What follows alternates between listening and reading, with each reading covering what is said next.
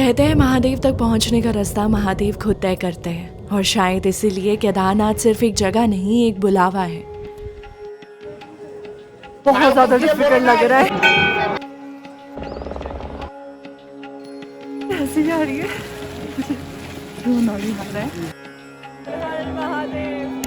Hi everyone, finally Kedarnath यात्रा शुरू हो गई। जितना हो सका उतनी लाइट पैकिंग करके सिर्फ एक बैकपैक के साथ मैं घर से निकल पड़ी। सबसे पहले कुछ ज़रूरी मेडिसिन्स ली और फिर शुरू हुआ हमारा सफ़र ऋषिकेश की तरफ। ट्रैफिक, वेदर कंडीशंस, क्राउड को ध्यान में रखते हुए हमने ये जर्नी बस से की। And you guys won't believe, सिर्फ 2 दिन पहले ही हमने पूरा प्लान फाइनल किया था। इस पूरी जर्नी में मेरे साथ मेरे 2 दोस्त भी थे, जिनकी वजह से ये यात्रा पॉसिबल हो पाई।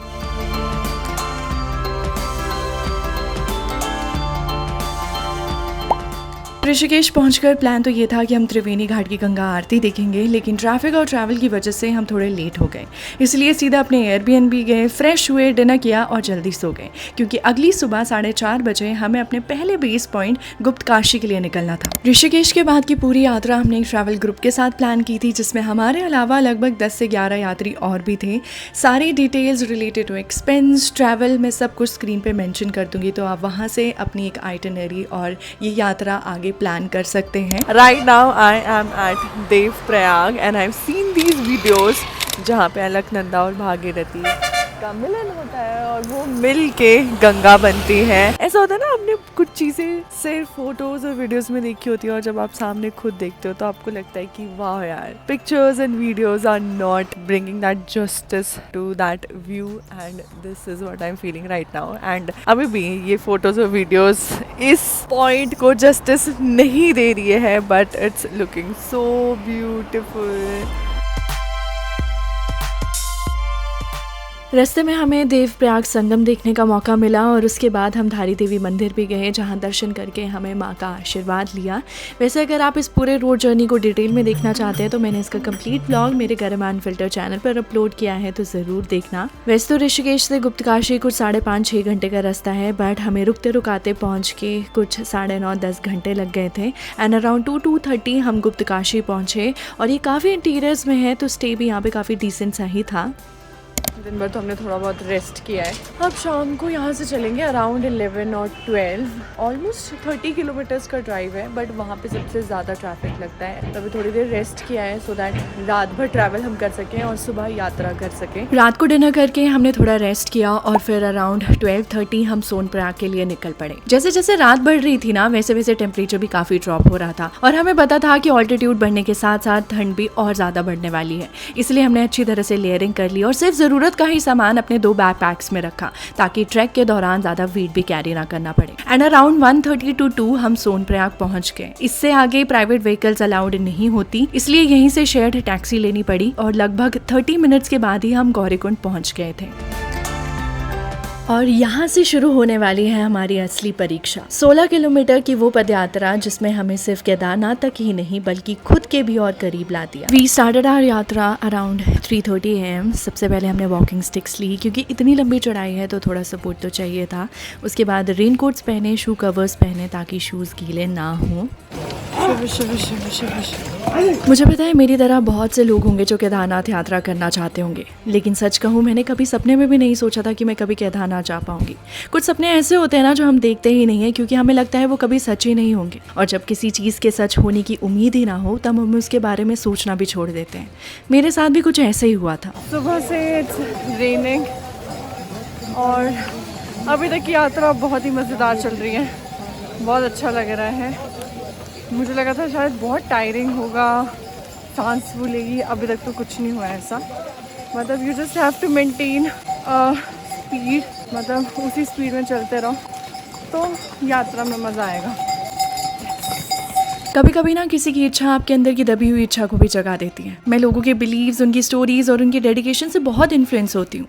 जब मैं किसी को किसी चीज़ के लिए इतनी शिद्दत से चाहते हुए देखती हूँ ना, तो कहीं ना कहीं वो फीलिंग मेरे अंदर भी आ जाती है। ऐसा ही कुछ इस बार हुआ। 2-3 महीने पहले की बात है। मेरे दोस्त जो इस यात्रा में साथ हैं, उन्होंने बताया कि वो काफ़ी टाइम से केदारनाथ जाना चाहते हैं। पिछले 2-3 साल से प्लान कर रहे हैं, लेकिन हर बार किसी न किसी वजह से बन ही नहीं पाता है। और उस दिन उन्होंने मुझसे एक बात कही, मुझे लगता है मैंने कुछ गलत किया है, तभी शायद महादेव मुझे बुला नहीं रहे। पता नहीं क्यों, लेकिन उस लाइन ने मेरे अंदर एक अलग सी फीलिंग छोड़ दी, मानो जैसे मुझे भी महादेव दर्शन नहीं दे रहे हो। उस वक्त मानो दिल ही दिल में मैंने भी कहा, महादेव अब तो हमें बुलाना ही होगा। शायद वहीं से मेरे अंदर की दबी इच्छा बाहर आई, और इस बार जब मैं शिमला आई तो बस एक ही ख्याल बार बार आ रहा था, मुझे केदारनाथ जाना है। तो बस हमने प्लानिंग शुरू की, लेकिन हर तरफ सिर्फ एक ही न्यूज़ थी, रजिस्ट्रेशन फुल, परमिट्स नहीं है, ऑनलाइन स्लॉट्स खत्म। ऑलमोस्ट हर जगह सिर्फ एक ही जवाब मिल रहा था कि अभी जाना पॉसिबल नहीं है। एक बार लगा भी शायद कि इस बार भी नहीं हो पाएगा, लेकिन फिर हमने सोचा अगर महादेव में बुलाया होगा तो रास्ता जरूर बनेगा, और अगर नहीं भी बना तो कम से कम ये रिग्रेट तो नहीं रहेगा कि हमने कोशिश ही नहीं की। मैं ना अपनी लाइफ में सिर्फ एक चीज से डरती हूँ, रिग्रेट से, और वो मुझे कभी नहीं करना। तो बस हम निकल पड़े, और उस दिन एक फ्रेंड के थ्रू हमें एक ट्रैवल ग्रुप भी मिल गया। उन्होंने कहा परमिट की टेंशन मत लो, हो जाएगा। और बस उस एक फोन कॉल ने सब कुछ बदल दिया। 2 दिन पहले जो यात्रा इम्पॉसिबल लग रही थी, आज हम उस यात्रा के हिस्सा थे। तो मुझे समझ में आया,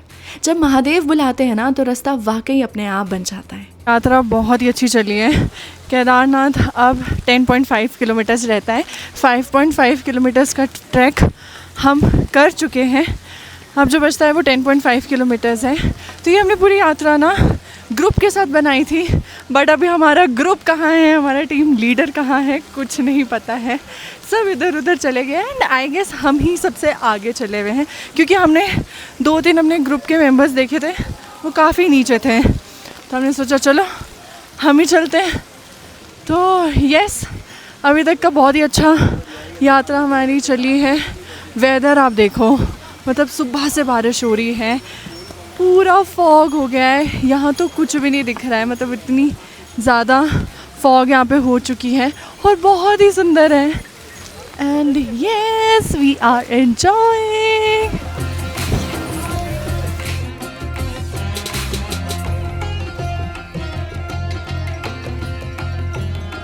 तो अभी जिस पॉइंट पे मैं पहुंची हूँ, यहाँ से मार्केट्स और मंदिर और बहुत सारी प्रेमाइसेस दिखना स्टार्ट हो गई है।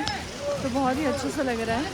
One thing I am very disappointed, very very disappointed, जिसको देख कर के मुझे बहुत बुरा लग रहा है, और अंदर से दिल से आवाज़ आ रही है कि यार क्यों कर रहे हैं हम ऐसा, क्यों कर रहे हैं। And that's by seeing the animals here. जिस तरीके का ट्रीटमेंट उनको दिया जा रहा है, और जिस तरीके से लोग यहाँ पे आ तो रहे हैं, आना भी है सबको केदारनाथ, पर चलना भी नहीं है। मैं मान गई ओल्ड एज पीपल है, मन्नत हो सकती है, रखा हो सकता है, ठीक है, आप इंसान की हेल्प लो ना, वो आपको उठा के पालकी पे लेके जाएगा, आप जानवरों की क्यों मदद ले रहे हो? That too when you physically very very fit, body को चलाओ यार, अपनी बॉडी को लेके जाओ, उसको थोड़ा सा कष्ट दे दो। जानवरों को कष्ट देने से बेटर अपनी बॉडी को कष्ट दो ना। It's your body, take your body's responsibility. कोई जानवर थोड़ी लेगा।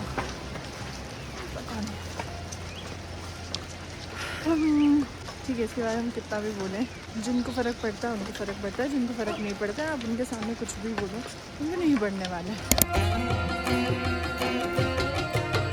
गाइस, बर्फ़ देखो, बर्फ़, ये देखो बर्फ़, वाह।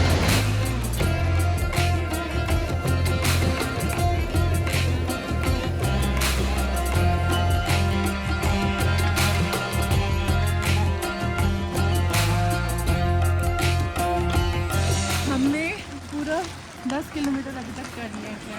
Weather is so good. भी क्या हालत हो, पूरी ख़राब हो चुकी है, मेरे शूज़ पूरे गीले हो चुके हैं।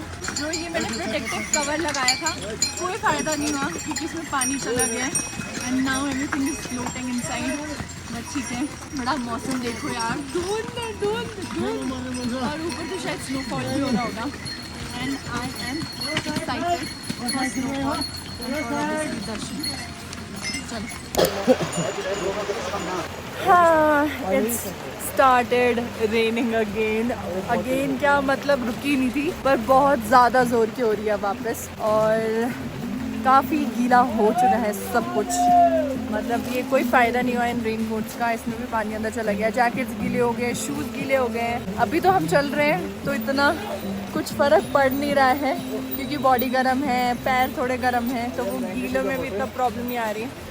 बट जब हम ऊपर जाएंगे और वहाँ पे रहेंगे तो फिर पैर ठंडे होंगे। जैसे जैसे हम यात्रा में आगे बढ़ रहे थे वैसे वैसे एक ही चीज बार बार फील हो रही थी कि लाइफ में ग्रेटफुल होने के लिए कितना कुछ है, कितना शुक्राना करना बाकी है। हम अक्सर ना उन छोटी छोटी चीजों को इतना फॉर ग्रांटेड ले लेते हैं जो असल में सबसे बड़ी ब्लेसिंग होती है। जैसे हमारा शरीर, अच्छी हेल्थ होना लाइफ का सबसे बड़ा ट्रेजर है। अगर हेल्थ अच्छी है ना तो हम कुछ भी कर सकते हैं। इन पहाड़ों पर चल सकते हैं, अपने सपने पूरे कर सकते हैं और उन जगहों तक पहुंच सकते हैं जहां जाने का सिर्फ कभी सपना देखा था। और अभी तो ना मुझे ये पहाड़ इतने ज़्यादा फैसिनेट कर रहे थे, मैं क्या ही बताऊं।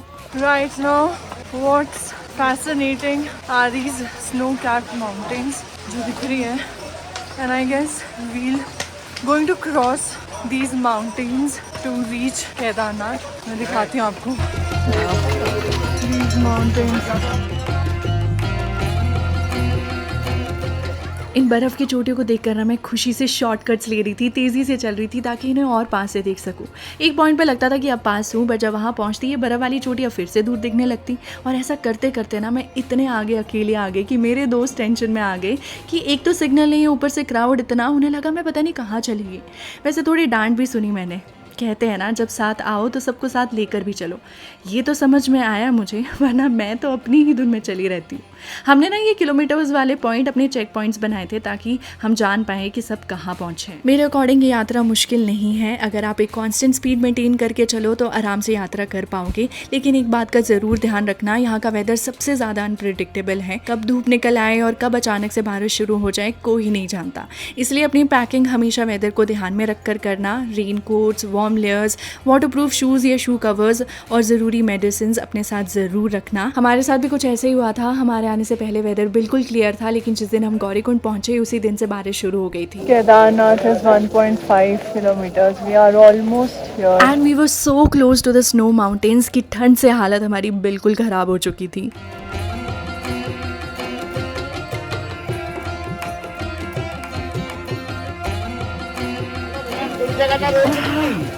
अभी सिर्फ लास्ट का 1 किलोमीटर रहता है, बट बहुत ज़्यादा डिफिकल्ट लग रहा है। Not because we have to walk, because winds इतनी ज़्यादा स्ट्रॉन्ग है, इतनी ज़्यादा बर्फीली, इतनी ज़्यादा ठंडी। बिकॉज यहाँ में ना अभी ताज़ी ताज़ी बर्फ़ पड़ी है। वो जो हवा हाथों में बच रही है ना, मतलब मेरी जुबान भी लड़खड़ा रही है, हाथ भी लड़खड़ा रहा है। और जाके हमने ग्लव्स निकाले हैं, सब ग्लव्स ही पहन रहे हैं, पहने भी नहीं जा रहे। My nose is red. ऊपर मिलते हैं guys, we are reaching Kedarnath. और देखो यहाँ से टेम्पल भी दिख रहा है। I am feeling so good. I am feeling so good. देखो यहाँ से मंदिर भी दिख रहा है। इतना अच्छा लग रहा है देख के। हाय बोलना, क्या दर्शन दिया आपने, क्या दर्शन दिए। ये देखो। Thank you so much guys. इतना अच्छा लग रहा है, इतना अच्छा लग रहा है। यहाँ से मंदिर दिख रहा है सामने, and this feeling is so good. अभी वाली फीलिंग ना मुझसे एक्सप्रेस भी नहीं हो रही। मुझे ऐसे लग रहा है मैंने जब चाह की है ना भोलेनाथ के दर्शन करने के लिए, उनके दर्शन पाने के लिए, भोलेनाथ ने मुझे अपने दर्शन दिए।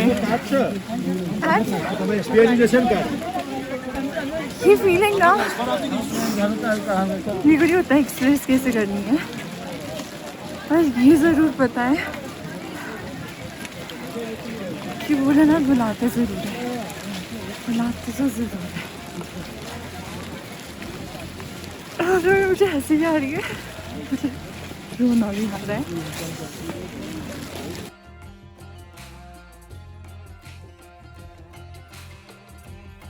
अभी we are going to a hotel जो हमने बुक किया है, and it's very near to the temple. तो अभी वहाँ जा रहे हैं। This is our hotel. यहाँ लग्जरी होटल रूम्स एक्सपेक्ट मत करिएगा, इतनी हाइट पर बेसिक रूम्स ही मिलते हैं और ऑनेस्टली वही काफ़ी होते हैं। हमने ट्रैवल एजेंट के थ्रू बुकिंग की थी तो हमें एक रूम मिला था जिसमें 4 बेड्स थे। थोड़ा फ्रेश होकर हम सीधा कल की आरती के पासेस लेने निकल गए। वहाँ जाके पता चला कि हम उसी शाम की आरती बाहर से अटेंड कर सकते हैं। तो बस फिर क्या था, पासेस मिलते ही हम सीधा आरती देखने के लिए भाग पड़े।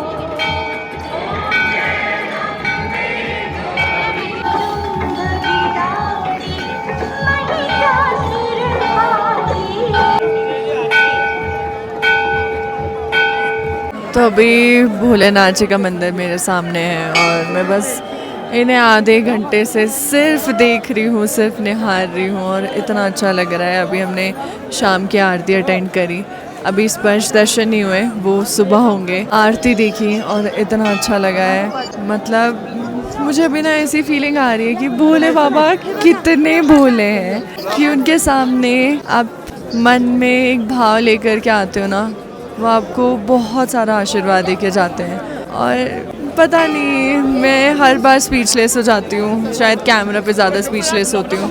मेरे अंदर बहुत सारी चीज़ें चल रही होती है। अभी बहुत सारी देर तक तो मैं बहुत सारी लंबी लंबी कॉन्वर्सेशंस कर रही थी। But it's a mix of अपनी बारे में सब इनको बताना, दो इनको सब पता है, पर मैं वहाँ पे स्पीचलेस हो गई। मैं बस खड़ी हूँ और बस मैं देख रही हूँ। I was feeling overwhelmed. यहाँ पे अघोरी बाबा, इधर अघोरी बाबा सामने खड़े हैं और मैं बस मंदिर की तरफ देख रही हूँ। और मुझे 2-3 बार उन्होंने बुलाया भी कि इधर आ, और मुझे लग रहा है पता नहीं शायद किसी और को बोल रहे होंगे। फिर उन्होंने बोला और उन्होंने मुझे ये पार्वती माँ की चुनरी पकड़ाई और उन्होंने बोला ले माता पार्वती की चुनरी पकड़, एंड जस्ट आशीर्वाद दिया। फिर मुझे ऐसा लगा कि सच में भोलेनाथ कितने भोले हैं। उनके पास आप बस एक भाव से चले जाओ, वो उसमें ही खुश हैं। उसमें आपको इतना प्यार, इतना आशीर्वाद, इतना लाड दे देंगे ना, आपको ऐसा लगेगा कि हाँ वो है आपके साथ। और मुझे हर बार ऐसा लगता है कि मेरे साथ तो है।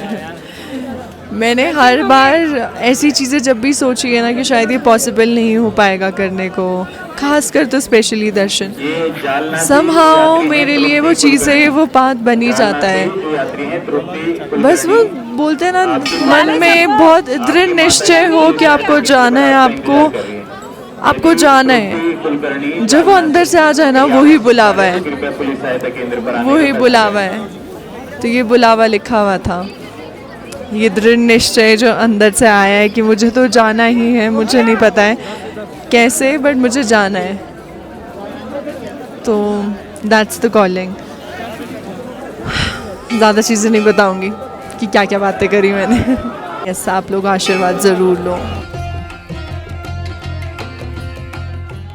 कहते हैं ना, महादेव सिर्फ आपका भाव देखते हैं और उनके लिए आपका प्रेम। हम तो पहले ही बहुत खुश थे कि हमें शाम की आरती देखने का मौका मिल गया। हमें पता था कि प्रॉपर दर्शन तो अगले दिन सुबह ही होंगे, इसलिए हमने बिल्कुल भी एक्सपेक्ट नहीं किया था कि शाम को महादेव हमें इतना बड़ा सरप्राइज देने वाले हैं। आरती के बाद हम बस अगले दिन के दर्शन की प्लानिंग कर रहे थे, तभी मेरे दोस्त ने बोला चलो देखते हैं शायद दर्शन हो जाए। एंड वी वर लाइक कैसे, दर्शन तो कल सुबह होंगे ना। लेकिन फिर भी हम लाइन में लग गए और थोड़ी देर बाद पता चला ये तो मुख्य दर्शन की लाइन है। और जैसे जैसे लाइन आगे बढ़ रही थी वैसे वैसे अंदर एक अलग ही फीलिंग आ रही थी। हमने सोचा भी नहीं था कि बिना एक्सपेक्टेशन के आज ही महादेव के दर्शन हो जाएंगे। और फिर वो पल आया। मैं बस महादेव को देखती रह गई। केदारनाथ मंदिर में भगवान शिव की कोई नर आकार की मूर्ति नहीं है, बल्कि यहाँ स्वयंभू त्रिकोणीय ज्योतिर्लिंग की पूजा की जाती है। पुराने कथाओं के अनुसार ये ज्योतिर्लिंग बैल रूपी भगवान शिव की पीठ का कुबड़ है, जिसे पांडवों द्वारा खोजा गया था। और उन्हें देखकर मेरी आंखों में आंसू थे और पूरी बॉडी में गूज बम्स। और मेरे दोनों दोस्त भी वही सेम फील कर रहे थे जो मैं फील कर रही थी। उन्होंने कुछ कहा नहीं, लेकिन उनके चेहरे ये भाव पूरा बयां कर रहे थे। कभी कभी महादेव बिना मांगे वो दे देते हैं जिसके बारे में हमने सोचा भी नहीं होता, और शायद इसी वजह से उस खुशी की फीलिंग बिल्कुल अलग होती है।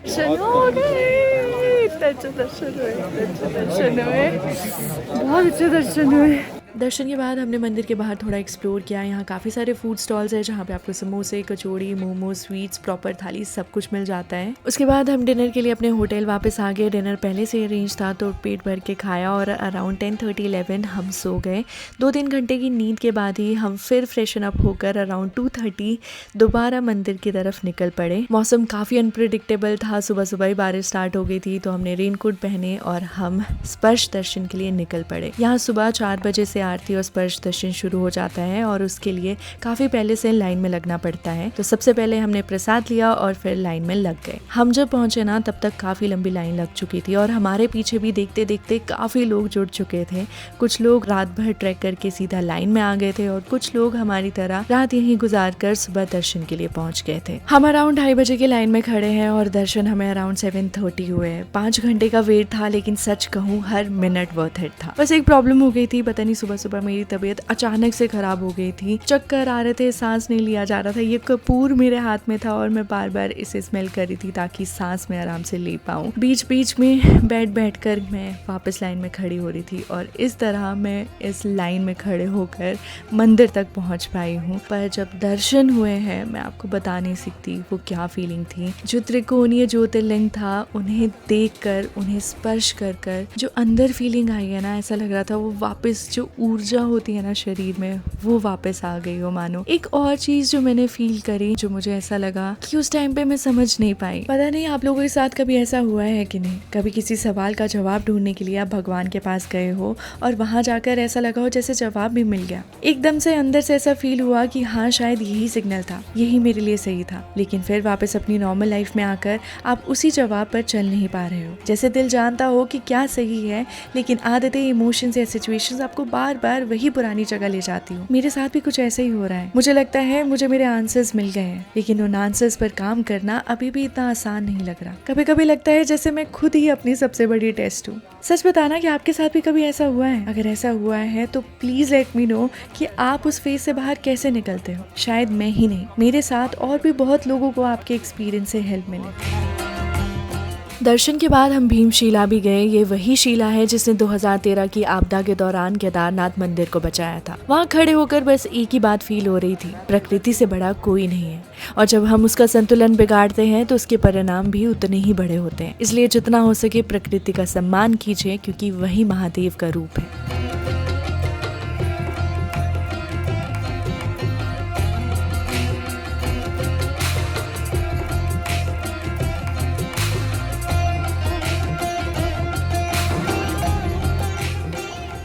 Hi everyone, good morning. तो आज सुबह सुबह हमारे इतने अच्छे दर्शन हुए। हम 3 बजे की लाइन में लगे हुए हैं। 7:30 अराउंड हमारे दर्शन हुए और बहुत ही अच्छा लगा। मतलब अंदर महादेव जी जो जहाँ पे विराजमान है उनका स्पर्श दर्शन हम कर पाए।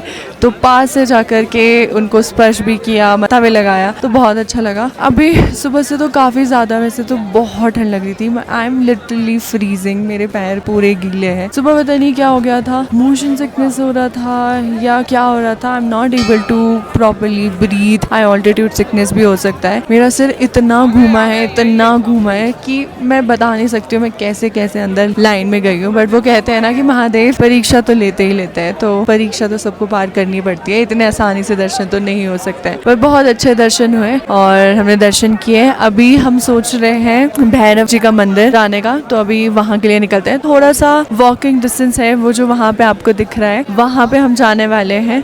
तो यस, यहाँ के दर्शन करके फिर ब्रेकफास्ट करके हम वापस नीचे अपनी यात्रा को एंड करेंगे। And yes, that's the update. I hope आपको भी दर्शन अच्छे लगे होंगे।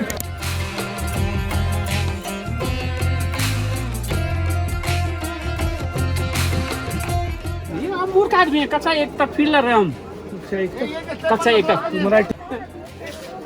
अंकल फुटेज नहीं देना चाहते अपनी। क्या ना कभी वायरल हो जाओगे आप।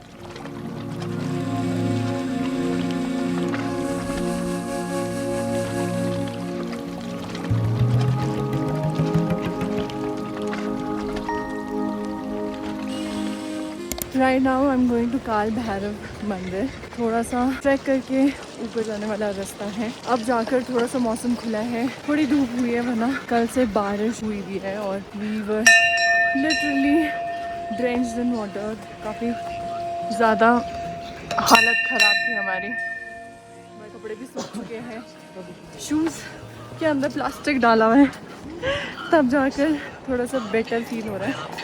दिस इज द रास्ता।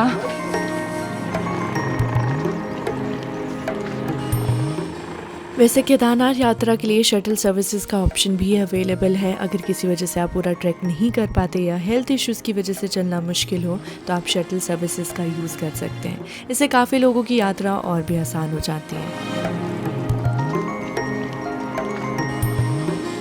केदारनाथ मंदिर से लगभग 500 मीटर की चढ़ाई पर काल भैरव मंदिर है। मान्यता है कि भगवान भैरव इस पूरे क्षेत्र के रक्षक हैं। कहते हैं कि केदारनाथ यात्रा तब तक पूरी नहीं मानी जाती जब तक काल भैरव के दर्शन ना किए जाएं। इसलिए दर्शन के बाद हम भी काल भैरव मंदिर गए और वहां जाकर आशीर्वाद लिया।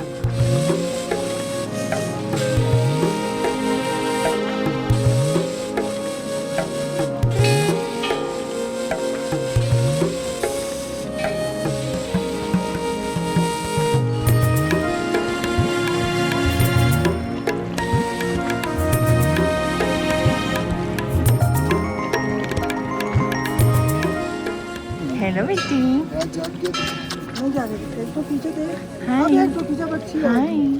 हाय हाय।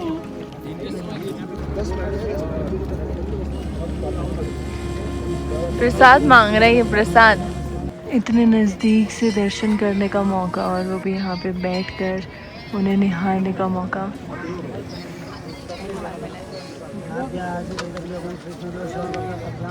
Sitting right next to काल भैरव जी।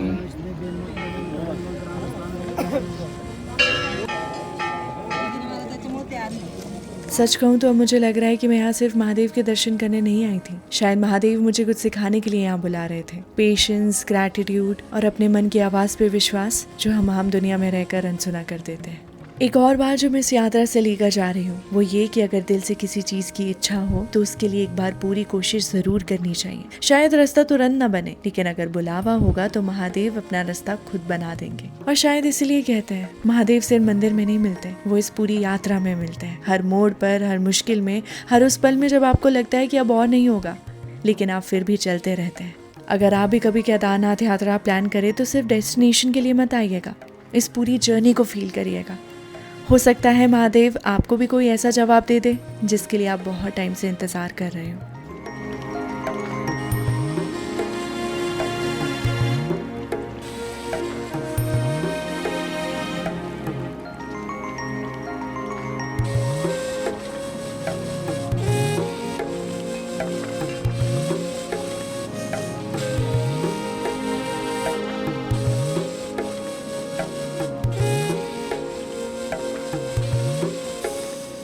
तो इसी के साथ हमारी केदारनाथ यात्रा संपन्न होती है। दर्शन बहुत अच्छे से हो गए, बाबा का आशीर्वाद मिल गया और बस अब हम यहाँ से वापस नीचे यात्रा अपनी एंड करेंगे। तो यस, मुझे तो बहुत मज़ा आया, बहुत अच्छा लगा, बहुत अच्छे आशीर्वाद भी मिल गए, दर्शन भी मिल गए एंड आई होप आपको भी अच्छा लगा होगा बाबा के दर्शन करके। चलो निकलते हैं।